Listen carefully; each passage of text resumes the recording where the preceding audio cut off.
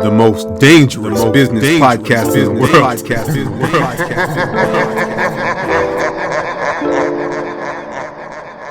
Entrepreneurs and ambitious people, if you want to build a powerful, profitable, impactful business, if you want to study and fall in love with the process, if you want to acquire the skills, habits, and determination you need to level up in business and in life, that's fantastic because I'm working on the same thing. This is the Game of Grow movement.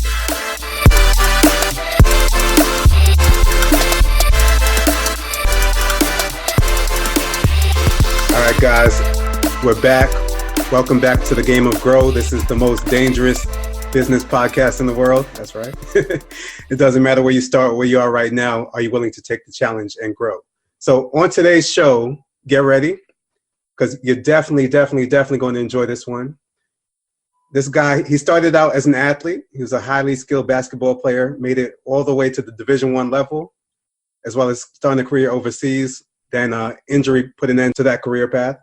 However, he'd always had a passion for business. He watched movies like Wall Street, content about corporate takeovers, so that was kind of weird for a 10 or 11-year-old. So that passion would lead him to take the necessary test to become a financial advisor, still his primary career to this day.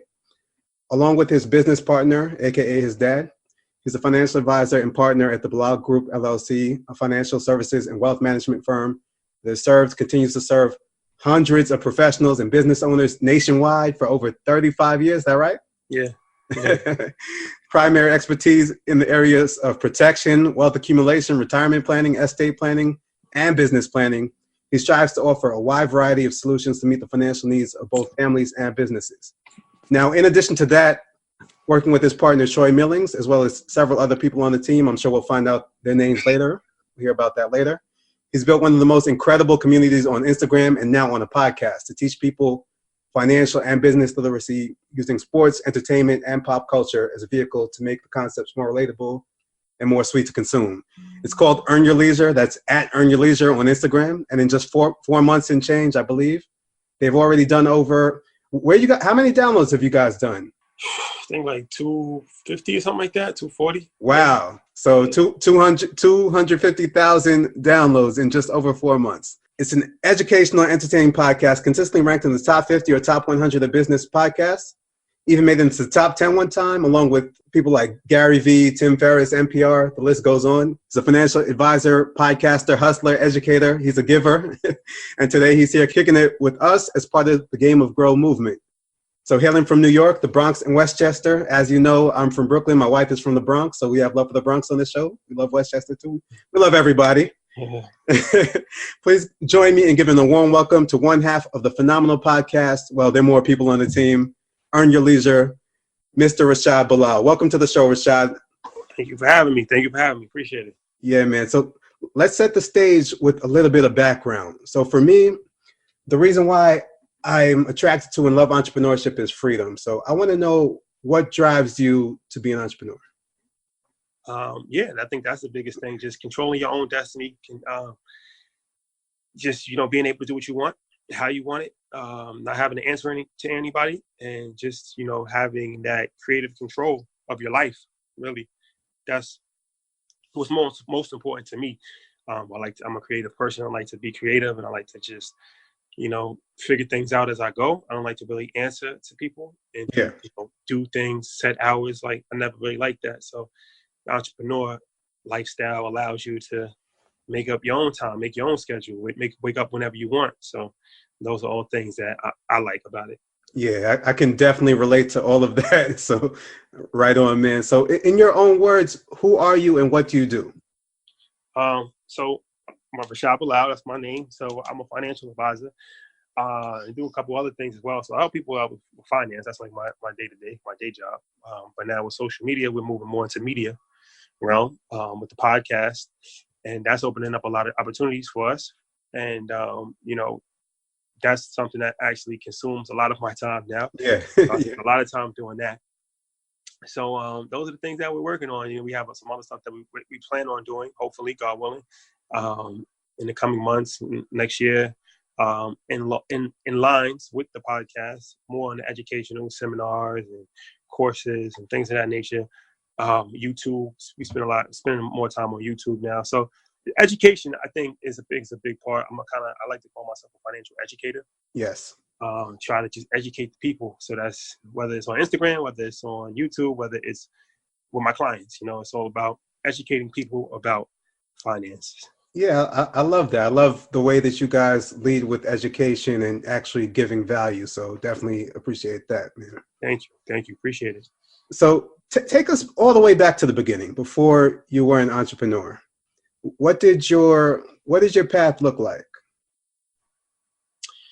So yeah, as you mentioned earlier, for me it started with sports, and like most kids, I thought I was going to be in the NBA, and that didn't work out. But that was really my first passion, was just sports. I played basketball my whole life, so that's really what I was passionate about. And then as I was pivoting, I always liked business, as you had mentioned earlier too. I always had a passion for business. Yeah. So I always knew that I wanted to be in business in some fashion. I didn't know like exactly what realm I wanted to be in it, but I always liked business. I always wanted to be in business. So just moving forward, once the sports things kind of didn't really work out the way that I would have hoped it would have worked out, I came into business, and that's what I've been doing ever since.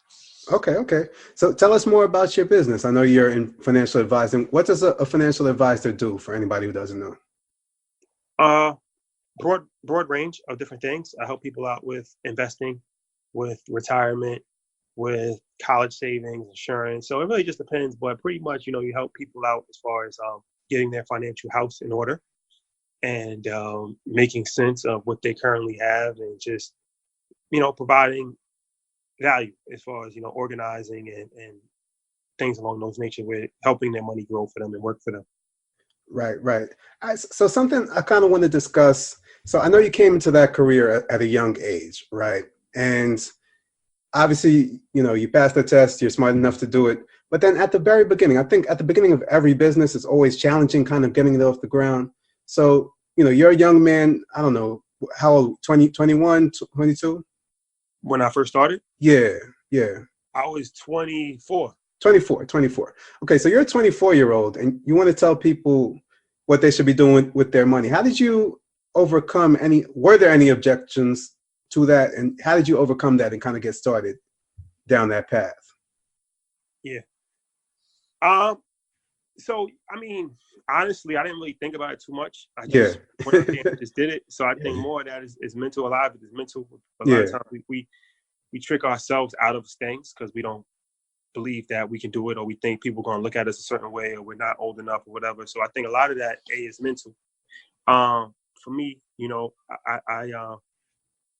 I just never looked at it like that. I just went and just did my thing. So I don't necessarily look at it like it was a hindrance or it hurt me.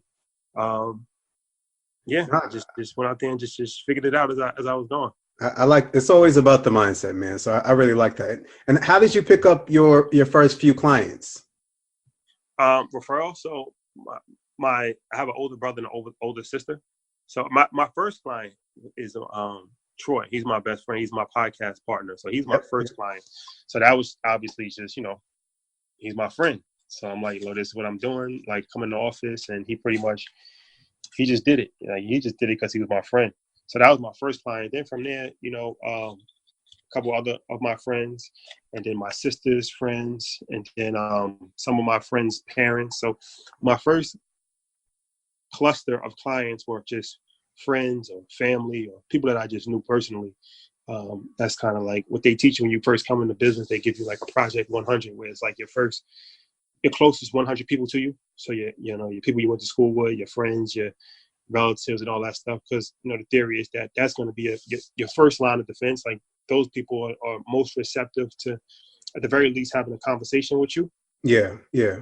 And from there, you kind of branch off. So those were my first clients. Yeah. Okay, cool. And okay, so after you get those first clients, then I'm sure you start building your skills and abilities, just putting in the practice. What do you think are some of the skills that have allowed you to excel, both in maybe on the financial advisor side, on the podcasting side, however you want to take it? Just try to be a good people person. I think that's important. Relationships are very important. So establishing relationships is important no matter what business you're in, especially in my business. It's all about relationships. So that's helped. And then with the podcast, of course, as well, is relationships. So to me, that's the most important part of any business is just, keeping good relationships, establishing good relationships, and just doing what you say you're going to do, being on time, being on point, and carrying through with what you actually say you're going to do. All right. Yeah. No, that definitely makes sense. And it reminds me, I know you say you like the book, the Four Agreements, right? Yeah. One of my favorite books. Yeah.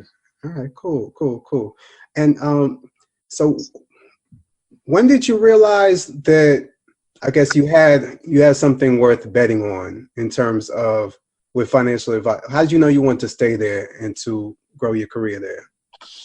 No, I didn't really know. I mean, I just started it and just never stopped. So, it's just one of those things where you just started to see how it was going to go. And then it's just, like I said, I just never, just kind of just got off to a pretty decent start.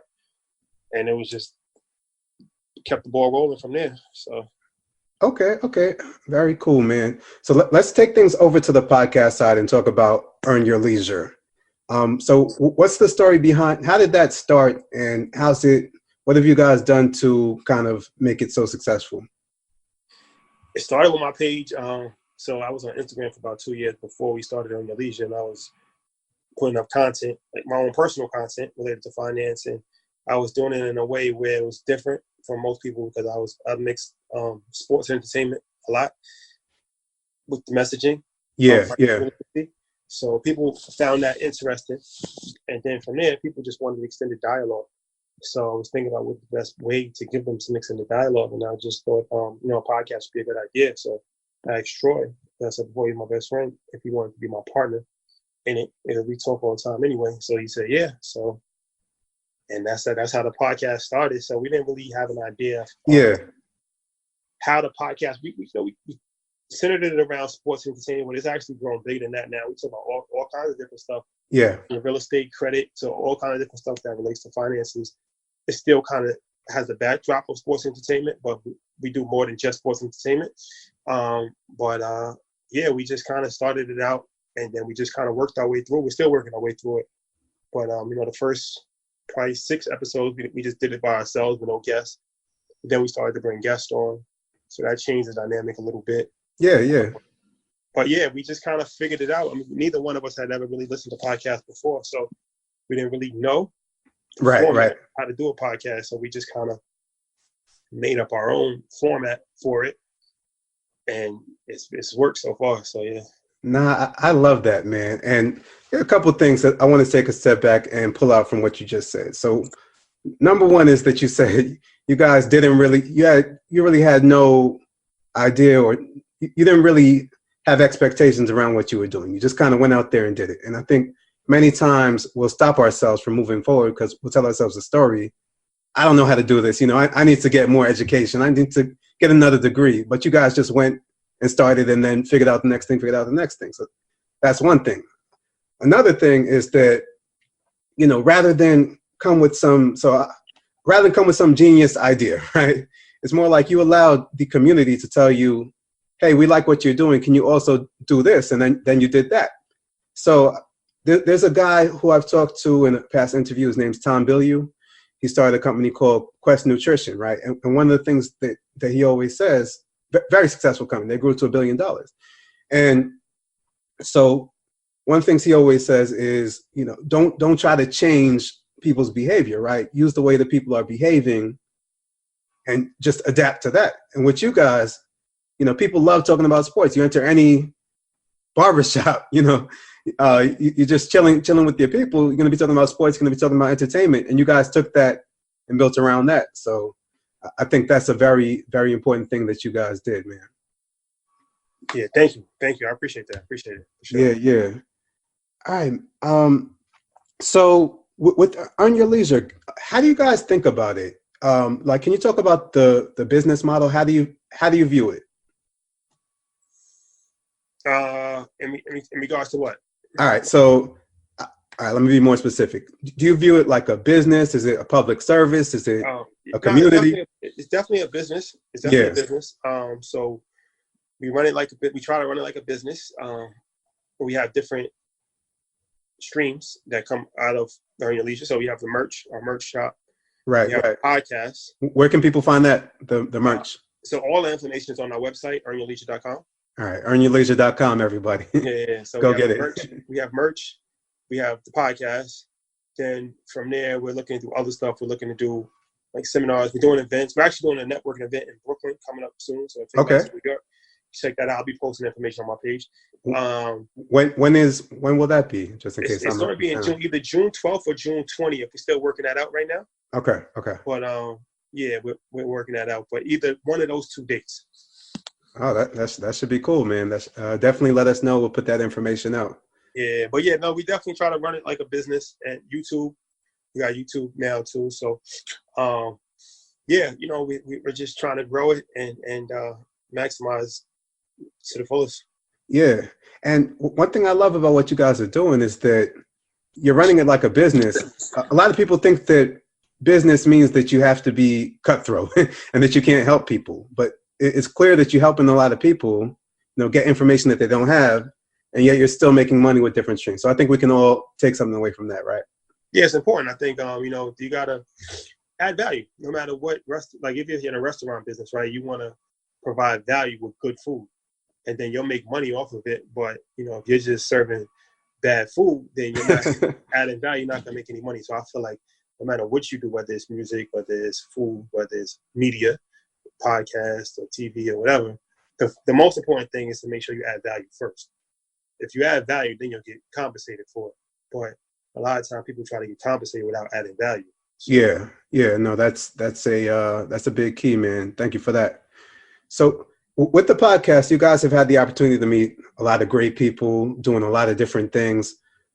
Who are some of the people that you've connected with, and what are some of the valuable lessons that you've learned that you can share? Oh man, so many. Like every episode, every episode we just learn so much from different guests. But yeah. My favorite guest so far was a restaurant owner from Boston, named Derek Falcon, and he just gave great insight of how he ran his business. He just gave a lot of gems, but one of the things that he said was that people want to get rich with contingencies. Yeah, I think that's true. It's like people don't really want to. I like that. Do what's necessary to really be successful.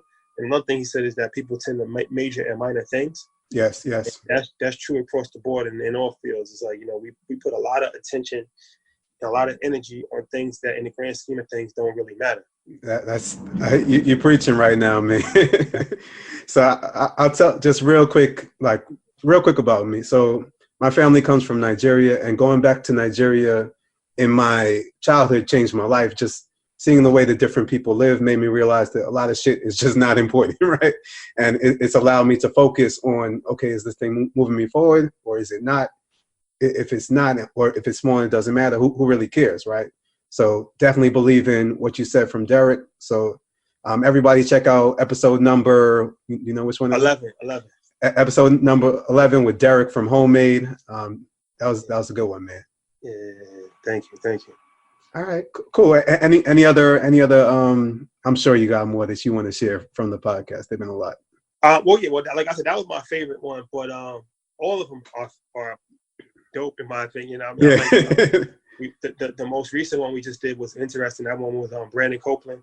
He's a football player, and he's also a professor, and he's also a real estate investor. He was on Wall Street, so he's a very interesting person, and that was good because he gave us a lot of insight, especially for sports fans. The NFL, like breaking down like the inner workings of the NFL is crazy. Like people they see the glitz and glamour, but they don't see what goes on behind the scenes. So that was crazy. That was a good one. My man Matt, episode 12, he did real estate. He's a mortgage broker, and that's probably our biggest episode so far, our most popular one. He broke down like different strategies on how to buy homes, and a lot of great information for real estate investing and home buying and all of that stuff.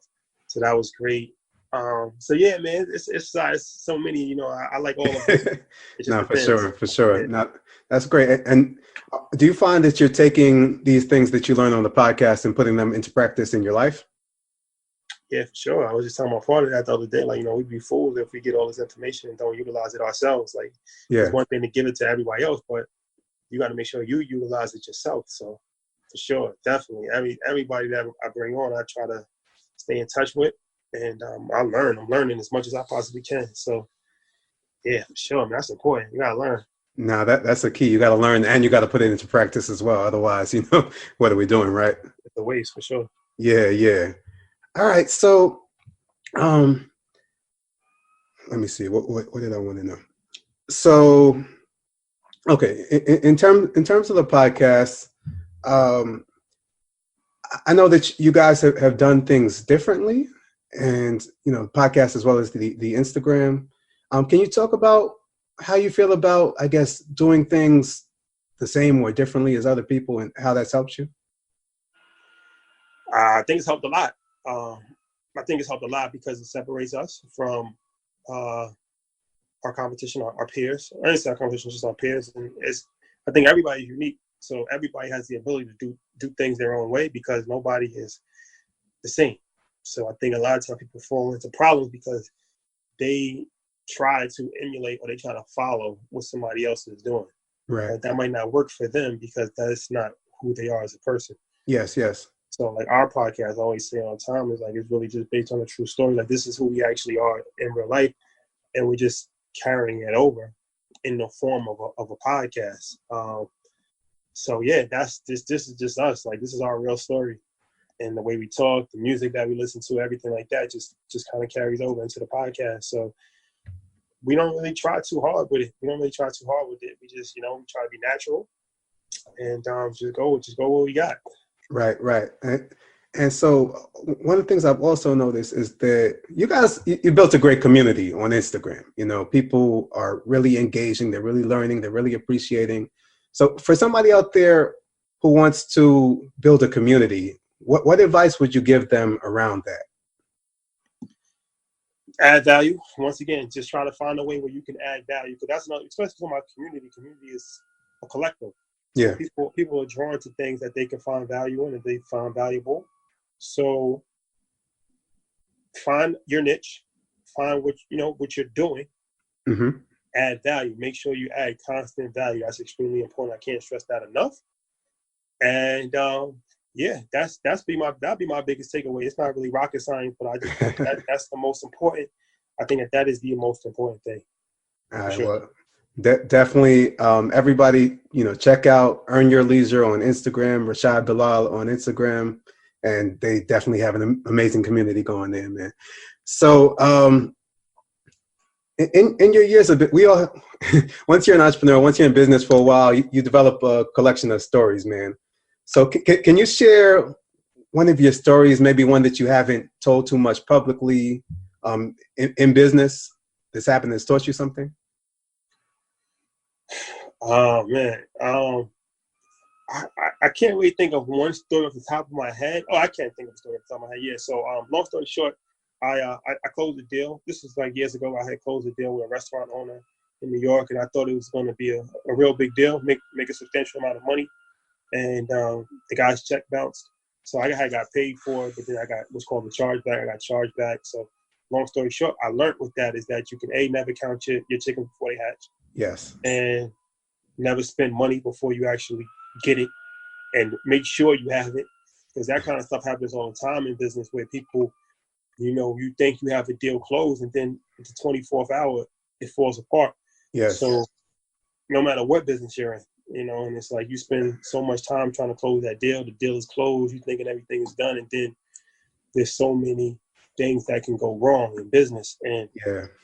things always go wrong. Something, you know what I mean? Things always go wrong. So that was just a learning experience for me, because, like I said, that happened when I was early on in my career, and it taught me a valuable lesson that you can never just rest on your laurels, and you can never just think that something is done until it's actually done. Right.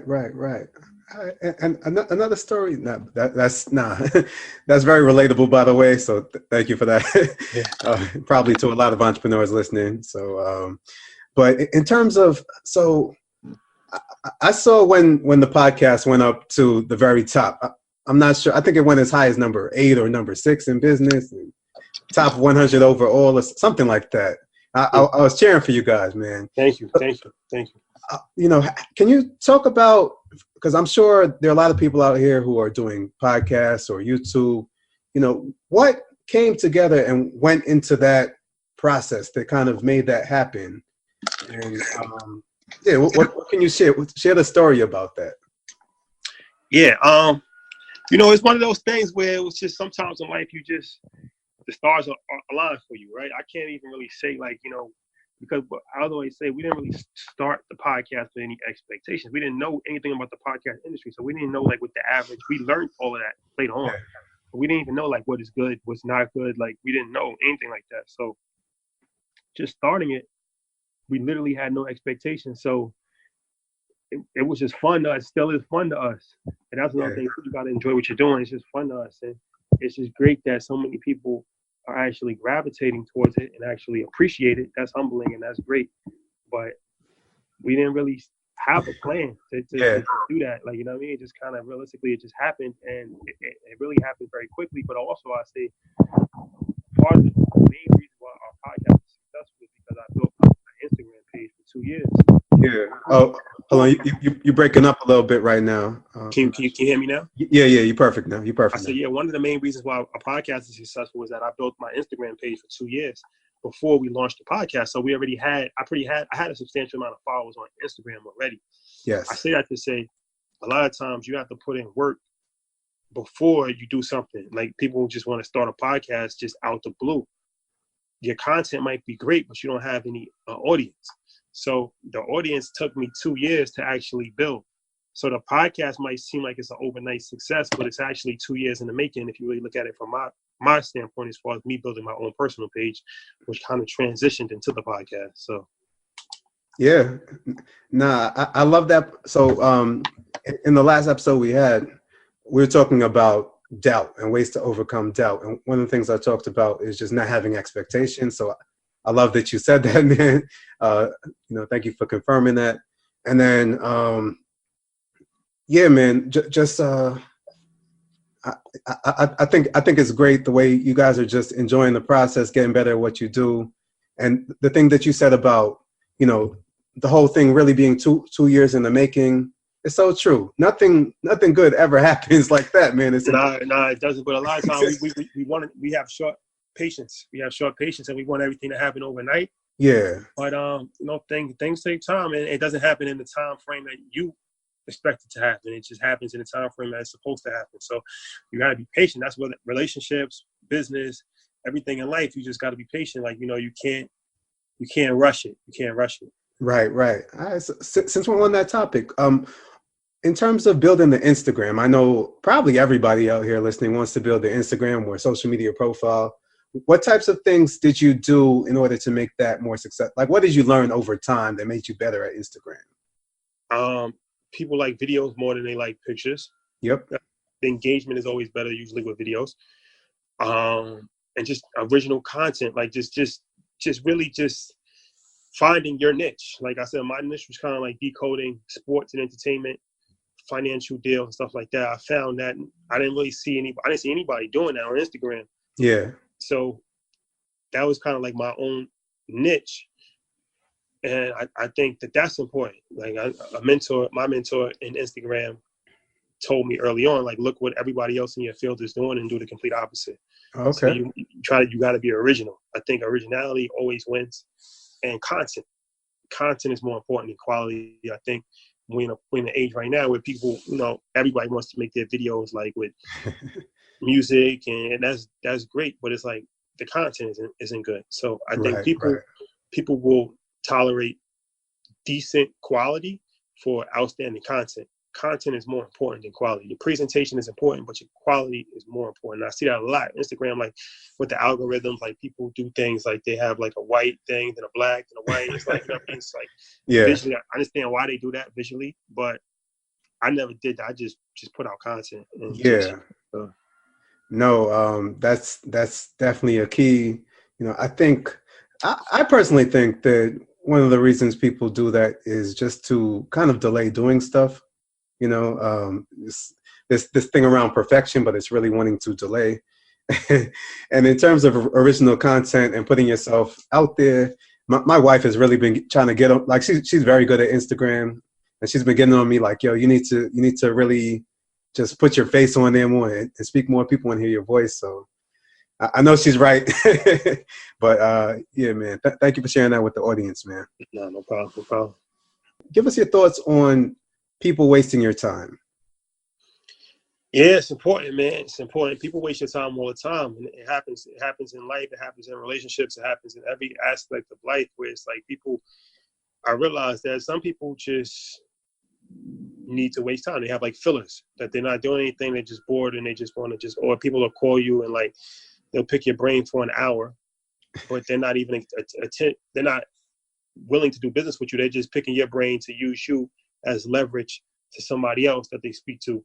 So people do it all the time. So it's important to protect your time, right? And not waste time because, time is very valuable. So I say all the time, man, you can't really let people waste your time. You just got to kind of be more straightforward. Even me, it's something that I have to work on, being more straightforward with people. And yeah, because, people will do that. And it's just, that's it. You just wasted a whole 3 hours just for no reason. I am totally with you. If you haven't, check out the book Essentialism. It's a life changer, man.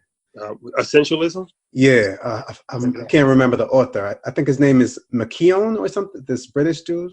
Okay. But Essentialism, you're gonna love that one. Check it out, sure. That's like a once a quarter or at least twice a year book, man. All right. All right. So, but before we wrap this up, I want to hear. So, you've had a lot of success with the business and with the podcast, but what's been one of the biggest mistakes, setbacks, or failures that's taught you a lesson? Oh, man, so many. It's like every day I feel like I have a failure. Honestly, like welcome to entrepreneurship. I'm a hard critic, man. I think my biggest thing is just I overthink things too much sometimes, and we all have a fear of rejection. That's just like human nature built in. So I think my biggest looking back on mistakes in my life has been not doing something because I felt like the answer was going to be no, or it might not go the way I want it to go. Because at the end of the day, I mean, once you realize that a no won't kill you, it doesn't really matter. Like, somebody can say no, it's like, okay, you're still breathing. So, but a lot of times we kind of train to just avoid these kind of situations that are uncomfortable. But, looking back on it, those are like my biggest regrets because I feel like I don't know what would have happened. Yeah. If I would have approached this person or if I would have asked this question, who knows what could have happened. So. Right. At least now and you won't let that happen again. So. Exactly. All right. And in terms of, so for me, mindset is huge, man. I think when it comes to business, when it comes to life, mindset is just a game changer. So talk about your mindset this helps you to be successful. Yeah.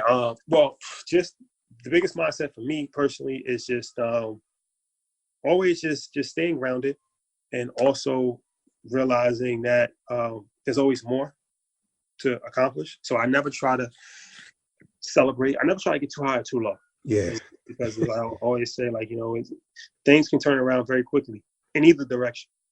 So it's important to keep proper perspective. If you're doing great, if you're at the top of the world, to keep a proper perspective because things can turn around quickly for you. And if you're at the bottom of the world, keep a proper perspective because things can turn around very quickly for you as well. So for me, it's just staying level and just, keeping your composure. I think that's important in life. A lot of times people just don't keep their composure. And I see that. So it happens all the time, especially in business, but just in life in general, people are just not composed. And this is why people, get into all kinds of situations with fights and marriages break up, relationships, business partners, people lose their composure. It's hard to keep your composure in life, but if you're able to keep your composure, then you'll be able to withstand almost any storm. Because ultimately, it's kind of cliche, but things usually do get better over the course of time.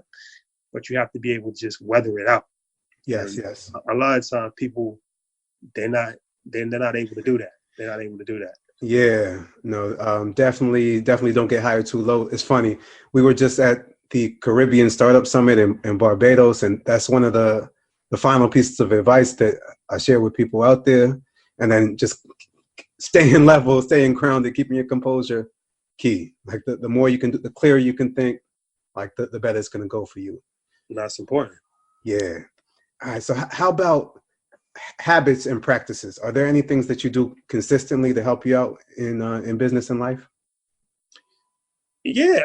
Yes. So I do a few different things. I try to work out as much as I can. I think that's important. Eating right. You gotta take care of take care of yourself. Yes. Yep. And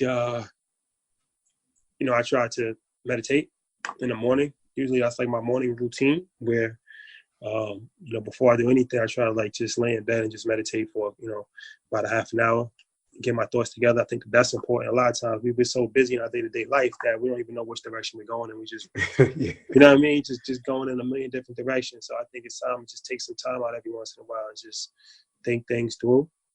And just try to read as much as I can. So I listen to a lot of audiobooks. So I love audiobooks, man. yeah, I think education is important. For sure. That's something that definitely the more I learn, the more it helps me out in life, in every aspect of life, for sure. Yeah. I it's my preference to listen to an audiobook or a podcast most of the time now rather than music. Yeah. Yeah. So just selfishly, man, on the meditation tip, it's something that for years now that I've been thinking about, that I know, I just feel like so many successful people that I know meditate, and I just haven't gotten into it. Is there a tool or a technique that you use to do it, or like how do you do it? Yeah, no, I don't practice like any like one particular thing. I just think. I'm just in bed. I just try to be quiet and just have some thoughts going through my mind. So it's not like a complete Zen moment where I'm like blocking everything out. It's just, my form of meditation as far as just thinking, just having my thoughts together and just Right. visualize. I'm a strong visualizer. Yeah. So I like to visualize things like, okay, like how's this going to look? How's this going to be detailed? All of that stuff. I like to visualize it, think about it. And that's like a time where I can like visually think about things and think how I'm going to approach situations and things of that nature. So. All right. No, thank you for that, man. Definitely, something I've been wanting to do for a while. All right. So, the last thing, I know you have some people that you work with in a tight knit group. There's Troy, and there are a couple other people. Can you talk about your team and I guess your approach to team and partnerships? How did you come together? How do you work together? All of that. Yeah. So, we all know each other. Like the Earn Your Leisure crew is me and Troy is the host, and then Mike, he puts together our YouTube. He does our merge. He does a lot of stuff. We all grew up together. Us three all grew up together, so we all knew each other for forever. Then we have Sid. That's my man Sid. He does our audio, and he lives in our neighborhood as well. We didn't grow up with Sid, but he lives in our neighborhood. We know him. We know each other. So it was, once again, that's kind of like family just coming in and working with us. Then we have an intern, Larry from Long Island. He just volunteered. I just met him through Instagram. Oh, and cool. then another one of my friends, Jamal, he grew up with us as well. He's helping out with marketing. So for the most part, we all just grew up together. We all know each other. So that's something I encourage too. It's like, you're going to have conversations with your friends. It might as well be productive as opposed to just talking about nonsense all day. You might as well do something productive. So. Might as well, right? All right, brother. Thank you, man. So you guys have done a whole lot in a short amount of time. Well, still, it's not overnight success. We know that, but you've done a whole lot, made a whole lot of influential connections. You have clearly endless creativity. Sky's the limit. So what is next for Rashad, and what's next for Earn Your Leisure? Yeah, Earn Your Leisure, we got a lot of stuff. Like I said, we're going to start putting more content on YouTube, separate from the podcast, like different stuff to help education. Then I teach a class. So that's me and Troy. We teach, well, Troy has a program, but I teach in the summer. So I'm gearing up towards that. Is that for like And high school students, college yeah, students? yeah, high school financial school. literacy 6-week Oh, program. cool. So that's that, gearing up for that. And then, as I said, we're on your leisure. We just want to keep building that. We want to do more stuff outside of the podcast, like seminars down the line and workshops, and go to different cities and do different things. So yeah, man, trying to do as much as we possibly can. Sure. Nah, I love it, man. So, all right, in terms of, for anybody in the audience listening right now, where can they find you online? Instagram is my Instagram. My personal Instagram handle is Rashad Bilal. It's RashadBilal. And then my podcast Instagram page is Earn Your Leisure. And then we're on Facebook as well. Both same names on Facebook. Our website is earnyourleisure.com, and that's where you can find the links to all of our different outlets, and also our merch shop, our Patreon, all that stuff. And then on YouTube, our YouTube channel is Earn Your Leisure. So, and then my business website is the Bilal Group LLC.com.